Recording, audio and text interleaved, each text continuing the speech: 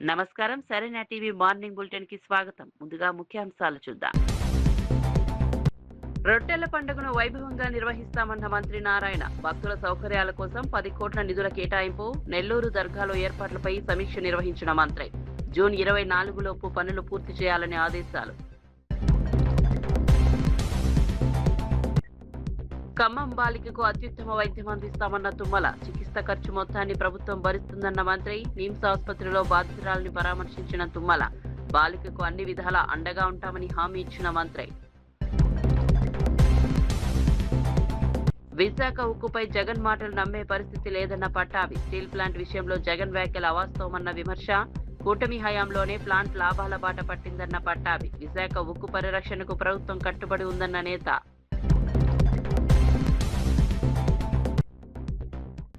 విధ్వంసం విష ప్రచారమే గొడ్డలిపాటి సిద్ధాంతమన్న కూనా రవి. అసత్య ఆరోపణలతో ప్రజలను తప్పుదోవ పట్టిస్తున్నారన్న విమర్శ. అభివృద్ధిపై చర్చించకుండా ఆరోపణలకే పరిమితమన్న కూనా రవి. అసత్య ప్రచారాలను ప్రజలు నమ్మరన్న ప్రభుత్వ విప్.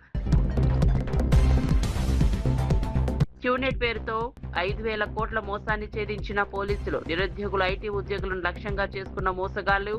క్యూనెట్ స్కామ్ లో 35గురిని అరెస్ట్ చేసిన సిసిఎస్. కోట్ల లాభాల పేరుతో అమాయకులను మోసం చేసిన ముఠా. 35గురిని అరెస్ట్ చేశారు. నిరుద్యోగులు, సాఫ్ట్వేర్ ఉద్యోగులను లక్ష్యంగా చేసుకుని ఈ ముఠా కార్యకలాపాలు నిర్వహించినట్లు దర్యాప్తులో తేలింది. లక్షలు పెట్టుబడి పెడితే కోట్లు వస్తాయని నమ్మించి భారీగా డబ్బులు వసూలు చేసినట్లు పోలీసులు తెలిపారు. ఒక్కో బాధితుడి నుంచి 5 లక్షల నుంచి 10 లక్షల వరకు వసూలు చేసినట్లు గుర్తించారు. నిందితుల నుంచి కీలక పత్రాలు, ల్యాప్టాప్లు, డిజిటల్ ఆధారాలను స్వాధీనం చేసుకున్నారు.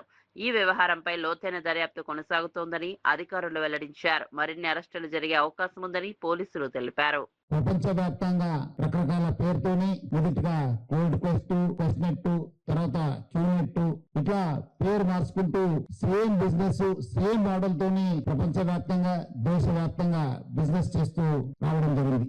ఈ మధ్యలో Hyderabad city police QNet beyond direct selling private limited కంపెనీకి చెందిన 35 మందిని అరెస్ట్ చేయడం జరిగింది. 9 కేసెస్ ని వాళ్ళపైన కట్టడం జరిగింది.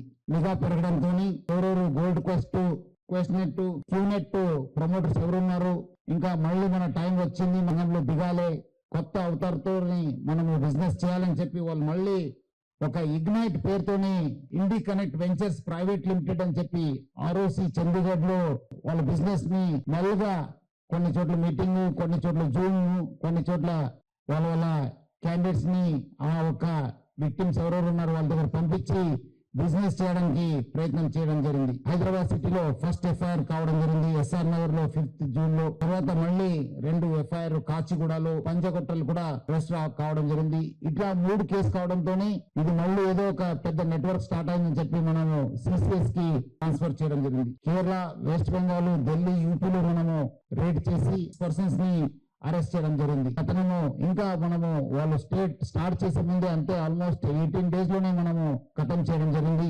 బిజినెస్ ఆపర్చునిటీస్ అనే పేరుతో సామాన్య ప్రజలకు ఒక పర్సన్ అప్రోచ్ అయ్యి వేరియస్ మాధ్యమాల ద్వారా ఒకటి ఇందులో మంచి అవకాశాలు ఉన్నాయి, లాభాలు ఉంటాయి, ప్రోడక్ట్స్ మేము అమ్ముతున్నామనే పేరుతో ముందుకు వస్తూ చాలా తక్కువ ధరకు లభ్యమయ్యే ఉత్పత్తులను చాలా ఖరీదైనవి అని చెప్పి మెన్షన్ చేస్తూ ఇది ప్రజలకు అమ్మడం జరుగుతుంది. భారతదేశం హెడ్ ఉన్న ఓనిల్ గుప్తా అనే వ్యక్తి, అతని కింద పనిచేస్తున్న కేరళలో, కర్ణాటకలో, ఉత్తరప్రదేశ్ బులంద్షహర్ లో, అట్లాగే వెస్ట్ బెంగాల్ లో ఇద్దరిని అరెస్ట్ చేయడం జరిగింది. ఇద్దరు డైరెక్టర్స్ గా ఉంటూ వాళ్ళు ఇండి కరెక్ట్ అనే పేరుతో వీళ్ళని నియమించడం జరిగింది. వీరి యొక్క ఆఫీసు ఇక్కడికి వెళ్ళి చేసినప్పుడు కూడా అది కేవలం బోర్డు మాత్రమే ఉంది, కానీ ఇది కూడా ఒక షెల్ కంపెనీ లాగా ఉంటూ లోపల ఎలాంటి కార్యకలాపాలు లేవు. మరి ఇది ప్రపంచ వ్యాప్తంగా ఎన్నో ఖండాలలో విస్తరించాలనే ఆలోచనతో ఉంది. గతంలో జరిగిన క్యూనెట్ మోసాలకు ఇప్పుడు ఇగ్నైట్ కి ప్రధానమైన తేడా ఏంటంటే అది ఆల్రెడీ కొన్ని ఏళ్ల పాటు కొనసాగి కొన్ని వేల కోట్ల రూపాయలు స్కామ్ కి పాల్పడ్డారు. ఇందులో బాధితులు చేయకుండా అలర్ట్ అయ్యి కొంచెం ప్రొయాక్టివ్ మెజర్ గా తీసుకుని ఇన్వాల్వ్ అయిన వ్యక్తులందరినీ అరెస్ట్ చేయడం జరిగింది. తన అరెస్టుపై వస్తున్న వార్తలను మాజీ మంత్రి కారుమూరి నాగేశ్వరరావు తీవ్రంగా ఖండించారు. సోషల్ మీడియా, కొత్త ఛానళ్లలో తప్పుడు ప్రచారం జరుగుతోందని ఆగ్రహం వ్యక్తం చేశారు. తాను ఎక్కడా అరెస్టు కాలేదని, ప్రస్తుతం తణుకులోని తన నివాసంలోనే ఉన్నానని స్పష్టం చేశారు. తనపై వస్తున్న వార్తలు పూర్తిగా అవాస్తవమని పేర్కొన్నారు. నిర్వహించనున్న చంద్రబాబు వెన్నుపోటుకు 2 ఏళ్లు నిరసన కార్యక్రమాన్ని దృష్టిలో పెట్టుకుని కొందరు కావాలనే తప్పుడు ప్రచారాన్ని చేస్తున్నారని ఆరోపించారు. పార్టీ నాయకులు, కార్యకర్తలు, అభిమానులు పెద్ద సంఖ్యలో కార్యక్రమంలో పాల్గొనాలని పిలుపునిచ్చారు. నిరసన కార్యక్రమాన్ని విజయవంతం చేయాలని కోరారు. తప్పుడు ప్రచారాలను నమ్మవద్దని ప్రజలకు విజ్ఞప్తి చేశారు. తణుకు నియోజకవర్గ నాయకులు, కార్యకర్తలు, ప్రజలందరికీ కూడా నమస్కారం. ఇవాళ రేపటి ప్రోగ్రాం ర్యాలీ అందరూ కూడా దీంట్లో పాల్గొని సక్సెస్ చేయాలని, నేను తణుకులోనే ఉన్నాను, తణుకులోనే అన్ని కార్యక్రమాలు చూసుకుంటున్నాను. రేపు అందరం కలిసి ఈ ప్రోగ్రామాన్ని గట్టిగా జయప్రదం చేయాలని చెప్పి మిమ్మల్ని కోరుతున్నాను. కావాలని నన్ను ఏదో అరెస్ట్ చేశారని, అది చేశారని చెప్పి ప్రాపగాండా వాళ్ళ టీవీ రేట్లు పెంచుకోవడానికి ఏదో చేస్తున్నారు. అంచేత అటువంటిది ఏమి లేదు. ఈ ప్రోగ్రాంలో మనం అందరం కూడా కలిసి చేద్దాం. ఈ ప్రభుత్వం ఇట్లాంటి కుట్రలతోటి, కుతంత్రాలతోటి నడుస్తుంది కాబట్టి ఒక బీసీనైనా, ఒక యాదవనైనా నన్ను కావాలని ఇలాంటి అన్నీ కూడా కల్పించి దుష్ప్రచారం చేస్తూ ఉన్నారు. టీడీఆర్ అన్నారు, లేదు. సివిల్ సప్లై అన్నారు, లేదు. క్వార్జ్ అన్నారు, లేదు. ఏదో ఒక 5 కోట్ల చిల్లర దాన్ని దాని భూతత్వంలో చూపించి ఏదో చేయాలని చూస్తున్నారు. ఎన్ని రకాలు చేసినా, ఏం చేసినా నాకు దేవుడు ఉన్నాడు, మీరున్నారు. ఎవ్వరూ అధైర్యపడవసరం, నేను కలిసే ఉన్నాను. కావాలని కొన్ని ఛానల్స్ నేనేదో అరెస్ట్ చేశారని చెప్పి చూపిస్తా ఉన్నారు. అది నిజం కాదని చెప్పి మీకు తెలియజేస్తా ఉన్నా. ప్రభుత్వ ఎమ్మెల్యే కూన రవికుమార్ వైఎస్ఆర్సీపీపై తీవ్ర విమర్శలు చేశారు. విధ్వంసం, విష ప్రచారం, అసత్య ఆరోపణలే ఆ పార్టీ ప్రధాన సిద్ధాంతమని ఆరోపించారు. ప్రజలను తప్పుదోవ పట్టించేందుకు నిరంతరం తప్పుడు ప్రచారాలు చేస్తున్నారని మండిపడ్డారు. అభివృద్ధి కార్యక్రమాలపై చర్చించకుండా రాజకీయ ఆరోపణలతో కాలక్షేపం చేస్తున్నారని విమర్శించారు. కూటమి ప్రభుత్వం ప్రజా సంక్షేమం, అభివృద్ధి కోసం కృషి చేస్తుంటే ప్రతిపక్షం మాత్రం అడ్డంకులు సృష్టించే ప్రయత్నం చేస్తోందన్నారు. ప్రజలు వాస్తవాలను గుర్తిస్తున్నారని చెప్పారు. రాష్ట్ర అభివృద్ధికి సహకరించాల్సిన ప్రతిపక్షం రాజకీయ లాభాల కోసం వ్యవహరించడం దురదృష్టకరమన్నారు. ప్రజా సమస్యల పరిష్కారమే ప్రభుత్వ లక్ష్యమని స్పష్టం చేశారు. అసత్య ప్రచారాలను ప్రజలు నమ్మరని కూన రవికుమార్ పేర్కొన్నారు. ఈరోజు చూస్తున్నాం, జగన్మోహన్ రెడ్డి ముఖ్యమంత్రిగా ఉన్న 5 సంవత్సరాల కాలంలో ప్రభుత్వ ఉపాధ్యాయ ఉద్యోగం ఒక్కటి కూడా ఇవ్వలేనటువంటి ఒక అసమర్థుడు జగన్మోహన్ రెడ్డి.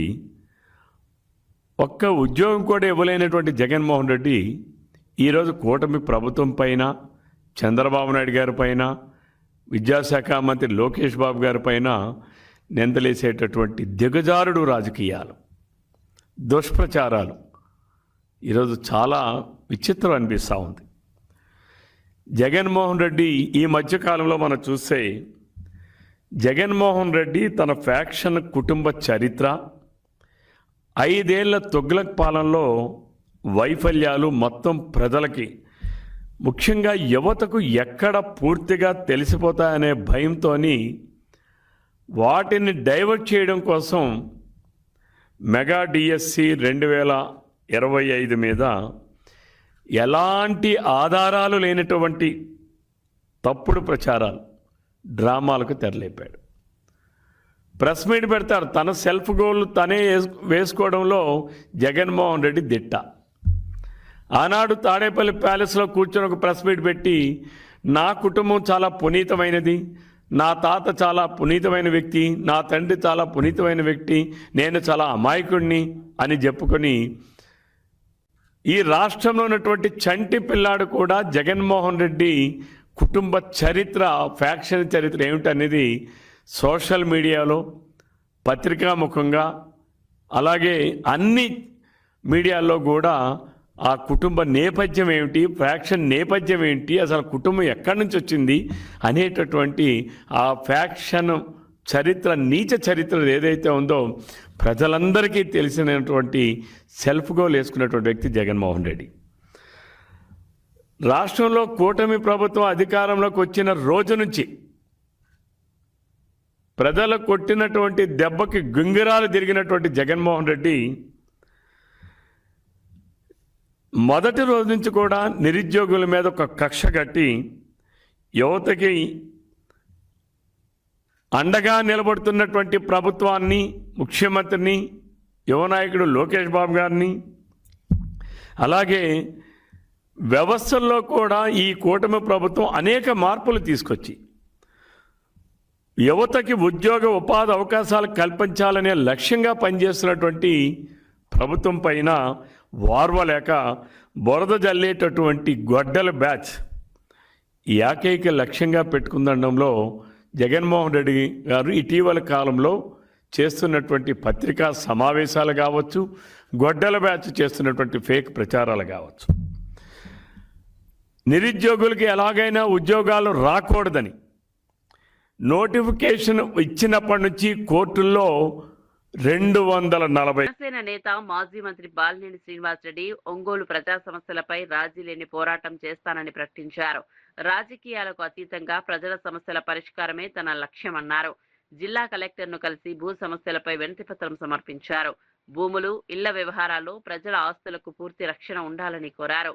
తనను 5 సార్లు గెలిపించిన ఒంగోలు ప్రజలకు సేవ చేయడం తన బాధ్యతగా భావిస్తున్నానని చెప్పారు. పదవులు ఉన్నా లేకపోయినా ప్రజల కోసమే పనిచేస్తానని స్పష్టం చేశారు. గ్రీవెన్స్ సెల్ ద్వారా వచ్చే భూ సమస్యల ఫిర్యాదులపై వెంటనే స్పందిస్తామని కలెక్టర్ హామీ ఇచ్చారు. ప్రజలకు ఇబ్బందులు లేకుండా సమస్యలను పరిష్కరించేందుకు చర్యలు తీసుకుంటామని తెలిపారు. ప్రజా సమస్యల పరిష్కారంలో అధికారులు సహకరించాలని బాలినేని కోరారు.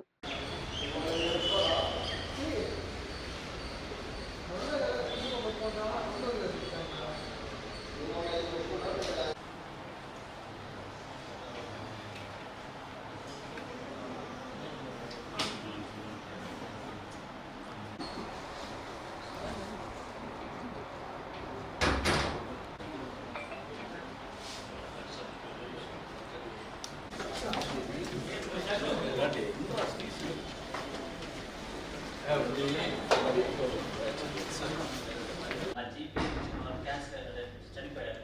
సో ఆ ల్యాండ్ మొత్తం రివర్స్కి వచ్చేసింది. వాళ్ళు ఆ రివర్స్కి వచ్చేసిన తర్వాత వీళ్ళు అమ్మకుండా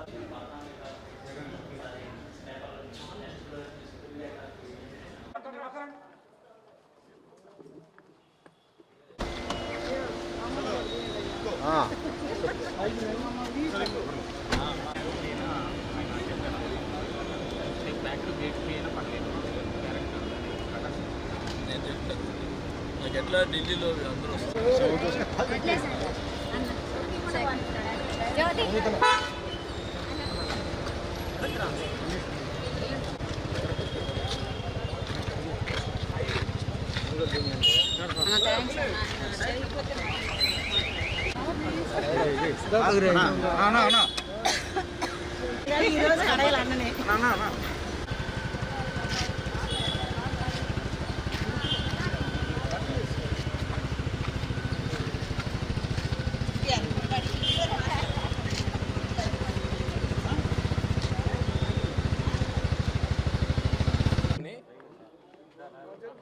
ప్రజా సమస్యల మీద కలవటం జరిగింది.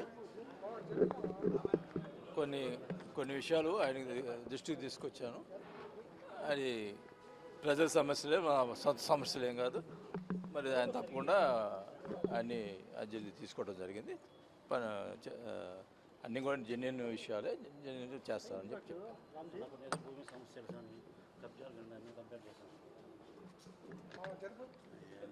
నేను ఇప్పుడే చెప్తా ఉన్నా, ఈ భూమి విషయంలో చాలామంది వచ్చి కంప్లైంట్లు జరుగుతూ ఉన్నాయి. గతంలో మేము ఏం చెప్పినా మా మీద కంప్లైంట్లు చేశారు. ఇప్పుడు జరుగుతున్నటువంటి విషయాలు ఒకటే చెప్తా ఉన్నా, ప్రజల కోసం. నాకు రాజకీయాలు పదవులు లేకపోయినా పర్వాలేదు, కానీ ప్రజల కోసం నన్ను 5 సార్లు గెలిపించినటువంటి ఈ ఒంగోలు ప్రజల కోసం ఏమేం చేసేదానికి సిద్ధంగా ఉన్నా. ఎవరికి ఇబ్బంది కలగకూడదు అనేది నా భావన. వాళ్ళ కోసం ఏమేం చేసేది సిద్ధంగా ఉన్నాను. ఎవరేం చేసినా కూడా ముందర ప్రజల యొక్క భూములు కానీ ఇవన్నీ కూడా సురక్షితంగా ఎవరు భూమి వాళ్ళకు ఉండాలా, ఎవరు ఫ్లాట్లు వాళ్ళకు ఉండాలా అనేది నా కోరిక. దాని ప్రకారం చేయాలని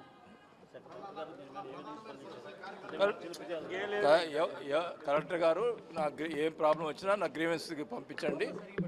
ఏమైనా ల్యాండ్స్ ఇష్యూ ఉంటే గ్రీవెన్స్ పంపిస్తే తప్పకుండా మేము వెరిఫై చేస్తామని చెప్పారు.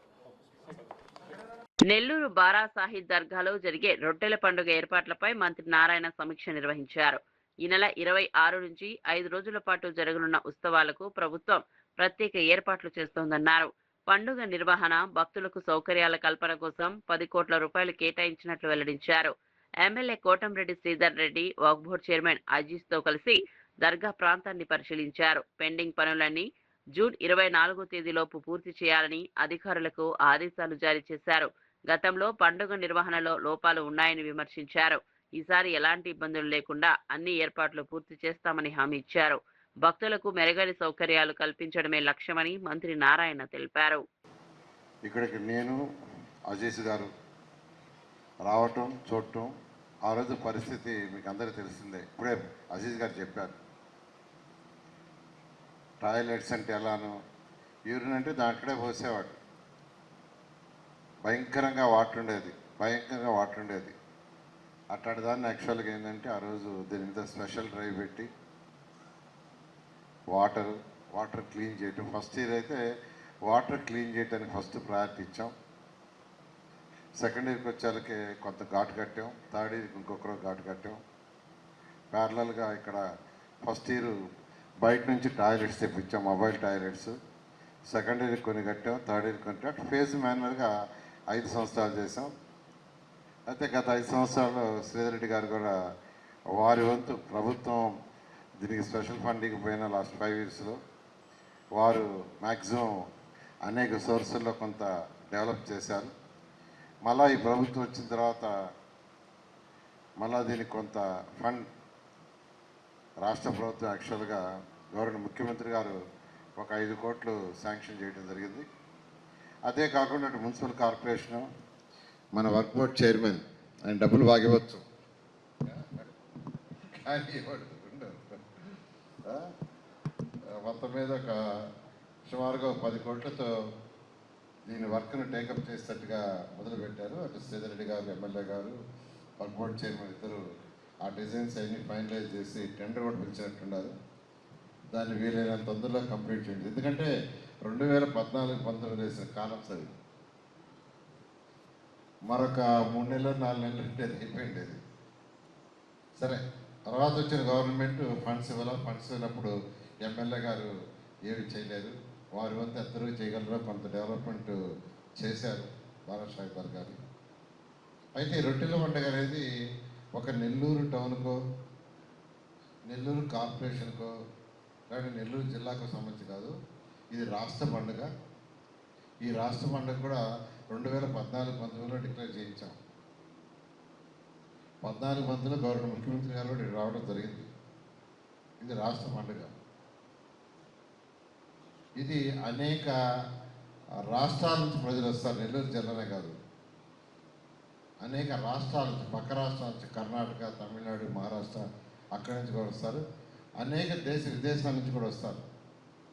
ఎందుకంటే ఇక్కడ వదిలే రొట్టెలో ఏదైతే రొట్టెని వదులుతారో ఆ రొట్టెని పట్టుకుంటే వాళ్ళు అనుకున్న కోరికలు నెరవేరుతాయని నమ్మకం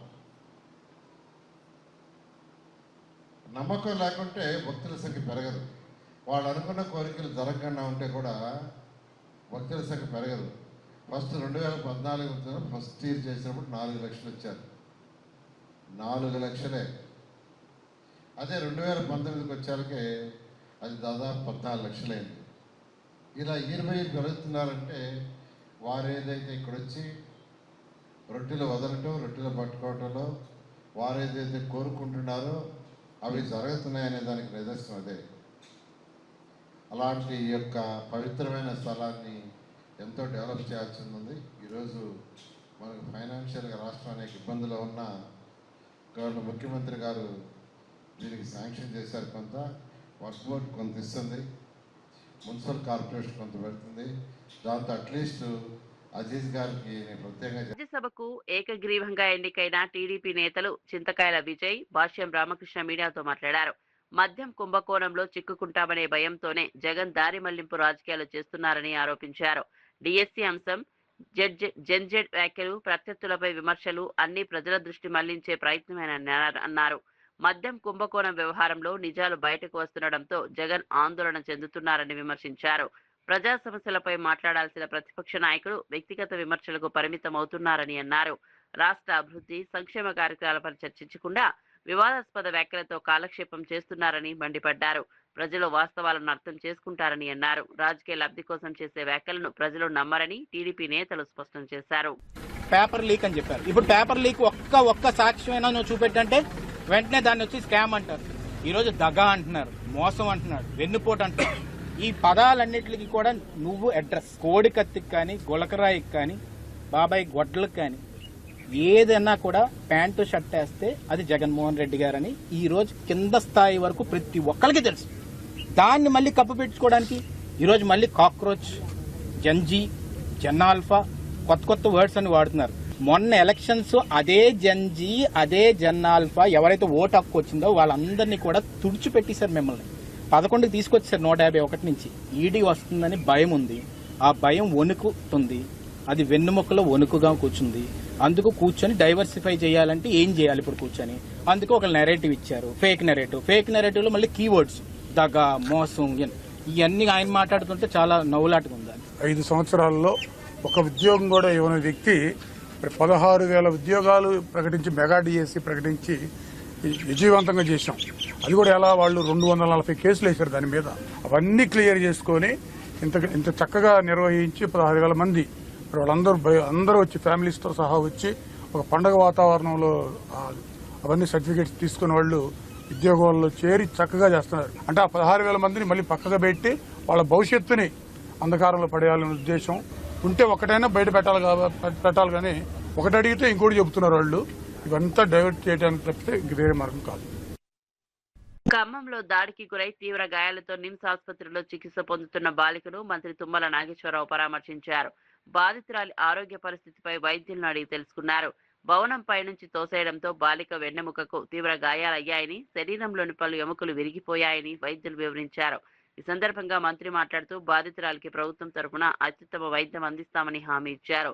చికిత్స కోసం ఎంత ఖర్చైనా ప్రభుత్వం భరిస్తుందని స్పష్టం చేశారు.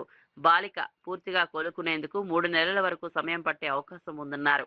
కుటుంబ సభ్యులకు ధైర్యం చెప్పారు. బాధితురాలికి అన్ని విధాలా అండగా ఉంటామని తెలిపారు. ఈ ఘటనపై ప్రభుత్వం అత్యంత సీరియస్ గా వ్యవహరిస్తోందని మంత్రి పేర్కొన్నారు. తేజస్వి సంఘటన చాలా దురదృష్టకరం. ఒక మానవ మృగం లాంటి ఒక మనిషి చేసినటువంటి దురాగతం. ఆయన చేసిన చర్య చాలా దుర్మార్గమైన చర్యతోటి పాటు పాపని కూడా ఈ రకంగా ఒక భవనం మీద నుంచి కింద పడేయటం మూలన అనేక రకమైన ఫ్రాక్చర్స్ జరిగినాయి. చేతులు కానీ, రిప్స్ కానీ, ఎన్నుపూస కూడా దెబ్బతిందని చెప్పి డైరెక్టర్ గారు అట్మోస్ట్ ఎంత వీలైతే అంత మంచి వైద్యాన్ని అందించడానికి ప్రయత్నం చేస్తున్నాం. ఉమెన్ వెల్ఫేర్ డిపార్ట్మెంటు వాళ్ళ పేరెంట్స్కి కూడా కావాల్సినటువంటి సౌకర్యాలతో పాటు డైరెక్టర్ గారు కూడా ఆ కుటుంబానికి ఏం కావాలి ఏంటి, వైద్యం ఎంత పెద్ద మొత్తంలో ఖర్చు అయినా కూడా ఆ పాపను రక్షించడానికి ప్రయత్నం చేస్తున్నాం. కానీ టైం తీసుకుంటుంది. ఎన్నుపూస దెబ్బతిన్నది కాబట్టి 2-3 నెలల దాకా కూడా సమయం తీసుకునే అవకాశం ఉంది. దాన్ని బట్టి వైద్యం మాత్రం ఎంత వీలైతే అంత మంచిగా డైరెక్టర్ గారు అందరినీ స్పెషలిస్టులతోటి వైద్యం జరుగుతూ ఉంది. భగవంతుడి దయ వల్ల ఆ పాప కోలుకోవాలని కోరుకుంటున్నాం. Thank you. రాజమండ్రిలో 100 కోట్ల రూపాయల పెట్టుబడితో ఏర్పాటవుతున్న జార్విస్ ఏవియేషన్ అకాడమీ మరో 5 నుంచి 6 నెలల్లో కార్యకలాపాలు ప్రారంభించనున్నట్లు బీజేపీ ఎంపీ పురంధేశ్వరి తెలిపారు. అకాడమీ నిర్మాణానికి శంకుస్థాపన చేసిన ఆమె ఈ ప్రాజెక్టు ప్రాంతీయ యువతకు కొత్త అవకాశాలు తెస్తుందని పేర్కొన్నారు. విమానయాన రంగంలో నైపుణ్య శిక్షణ అందించడమే లక్ష్యమన్నారు. Jarvis aviation academy CEO Phanindra మాట్లాడుతూ దశల వారీగా ప్రతి ఏడాది 500 మందికి శిక్షణ ఇవ్వనున్నట్లు తెలిపారు. ఈ సంస్థ ద్వారా ఉపాధి అవకాశాలు కూడా పెరుగుతాయని వివరించారు. స్థానిక ప్రజా ప్రతినిధులు, విమానయాన రంగ నిపుణులు కార్యక్రమంలో పాల్గొన్నారు. ఆంధ్రప్రదేశ్ ఏవియేషన్ రంగ అభివృద్ధికి ఈ అకాడమీ కీలకంగా మారనుందని అభిప్రాయపడ్డారు. ప్లేన్ లో ఉన్నటువంటి సిబ్బంది ఉంటారు, వారికి ట్రైనింగ్ ఇవ్వటం, అదే విధంగా ఏటీసీ అంటే ఫ్లైట్లు దిగుతున్నప్పుడు అవి ఎగురుతున్నప్పుడు ఇవ్వాల్సినటువంటి సూచన సాధారణంగా ఏటీసీ ఇస్తూ ఉంటుంది. కనుక ఆ ట్రైనింగ్ కూడా ఇక్కడ ఇచ్చేటువంటి అవకాశం ఉంటుంది. కనుక ఇది కేవలం పైలట్ ట్రైనింగ్ మాత్రమే కాకుండా అలైడ్ ఫీల్డ్స్ ఏదైతే ఉంటాయో, అంటే విమానయానం మీద ఆధారపడినటువంటి రంగాలు ఏవైతే ఉంటాయో వాటికి సంబంధించినటువంటి స్కిల్ ట్రైనింగ్ కూడా, నైపుణ్యాభివృద్ధి కూడా ఇక్కడ జార్విస్ వాళ్ళు ఇవ్వడం జరుగుతుంది. కనుక నేను ఫణీంద్ర వారిని నేను హృదయపూర్వకంగా అభినందిస్తూ, వారిని ఇక్కడికి స్వాగతిస్తూ, మరి ఏదైతే దేశంలో ఇప్పుడు విమానయానికి కొత్త అవకాశం వచ్చిందో, నిన్ననే మనం విన్నాం నరేంద్ర మోడీ గారు చెప్పడం, ఎయిర్ క్రాఫ్ట్ అంటే విమానాల యొక్క తయారీ కూడా ఇక మీదట భారతదేశంలోనే జరుగుతుంది. ఆస్ట్రేలియాకి సంబంధించినటువంటి వారు కూడా వచ్చి ఇక్కడ ప్లేన్ మ్యానుఫ్యాక్చరింగ్ చేస్తారు అని చెప్పి వారు నిన్న కూడా అనౌన్స్ చేయడం జరిగింది. కనుక మంచి అవకాశం ఉన్నటువంటి రంగాన్ని చూసి వారు ఇక్కడికి వచ్చి ఈ ట్రైనింగ్ ఇన్స్టిట్యూట్ పెట్టడం అనేది, అది మాత్రమే కాకుండా ఇక్కడ ఉన్నటువంటి యువతకి దగ్గర ఒక 500 మంది, అంటే ఒకేసారి కాకపోయినా దశల వారీగా వారు 500 మందికి ఇక్కడ ఉపాధి అవకాశాలు కూడా కల్పించేటువంటి అవకాశం ఉంటుంది. కనుక అటు దేశానికి అవసరమైనటువంటి నైపుణ్యం, అదేవిధంగా ఇక్కడ స్థానికంగా కూడా ఉద్యోగ అవకాశాలు ఇస్తున్నటువంటి సందర్భంలో వారిని హృదయపూర్వకంగా స్వాగతిస్తూ వారికి నా అభినందనలు నేను తెలియజేస్తున్నాను.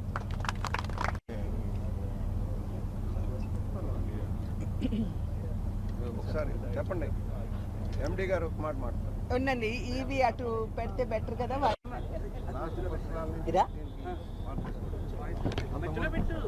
ఓకే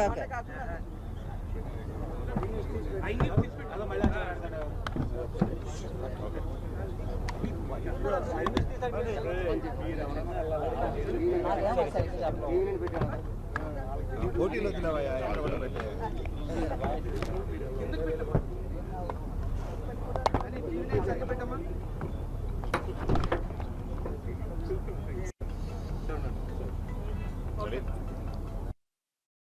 ఈ కార్యక్రమానికి ముఖ్య అతిథిగా వచ్చిన పురంధేశ్వరి ఎంపీ గారికి, పురంధేశ్వరి గారికి, మన రాజానగర్ ఎమ్మెల్యే బత్తుల బలరామకృష్ణ గారికి, బొచ్చాయి చౌదరి గారికి ఎమ్మెల్యే గారు, సోము వీర్రాజు గారికి, బొడ్డు వెంకటరామ చౌదరి గారికి, రూడా చైర్మన్ గారికి అందరికీ ధన్యవాదాలండి. ఈ కార్యక్రమం ముఖ్య ఉద్దేశం ఏంటంటే మనం జార్విస్ ఏవియేషన్ అకాడమీ ఒక పైలట్ ట్రైనింగ్ FTU. హైదరాబాద్ అభివృద్ధిపై కాంగ్రెస్ ప్రభుత్వాన్ని బీఆర్ఎస్ ఎమ్మెల్యే మాధవరం కృష్ణారావు విమర్శించారు. బీఆర్ఎస్ హయాంలో నిర్మించిన ఫ్లైఓవర్లు, ఇతర ప్రాజెక్టులకు ఇప్పుడు రిబన్ కటింగులు చేస్తూ అభివృద్ధి చేశామని ప్రచారం చేసుకోవడం సరికాదన్నారు. నగర అభివృద్ధిలో బీఆర్ఎస్ పాత్రను ప్రజలు మర్చిపోలేరని పేర్కొన్నారు. ఇప్పటికే పూర్తయిన పనులను కొత్తగా చూపించే ప్రయత్నం జరుగుతోందని ఆరోపించారు.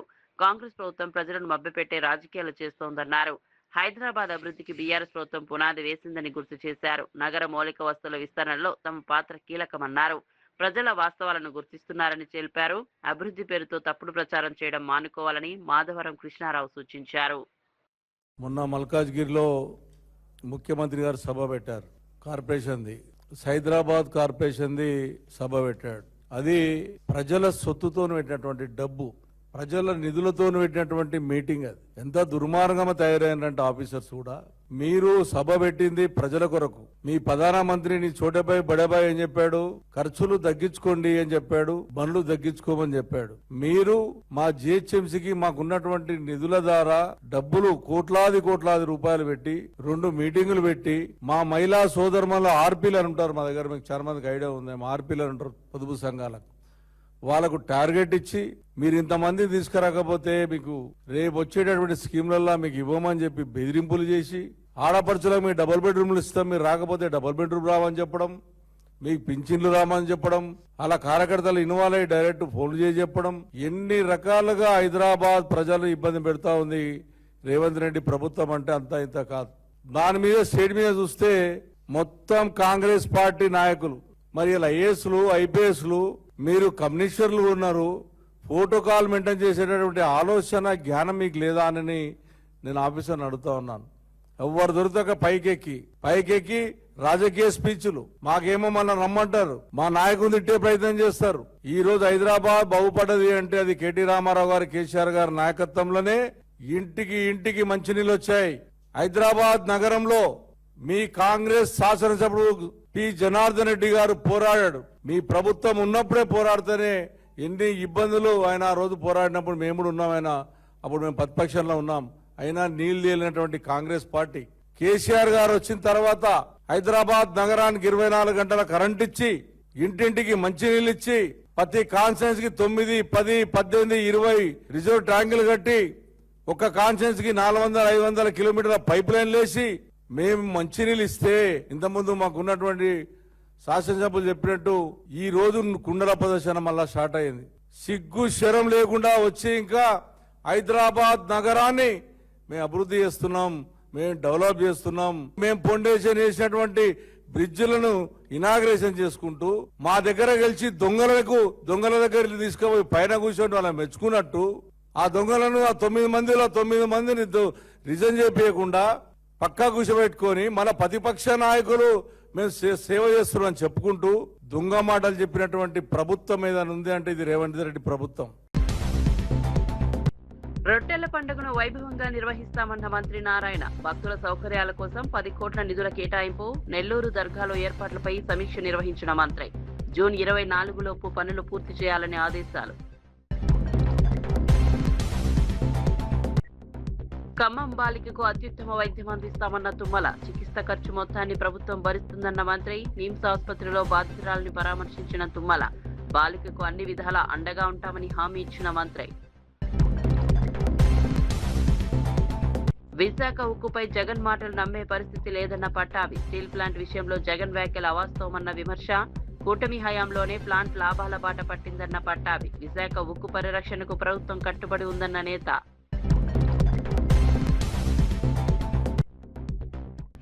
విధ్వంసం విష ప్రచారమే గొడ్డలిపాటి సిద్ధాంతమన్న కూనా రవి. అసత్య ఆరోపణలతో ప్రజలను తప్పుదోవ పట్టిస్తున్నారన్న విమర్శ. అభివృద్ధిపై చర్చించకుండా ఆరోపణలకే పరిమితమన్న కూనా రవి. అసత్య ప్రచారాలను ప్రజలు నమ్మరన్న ప్రభుత్వ విప్.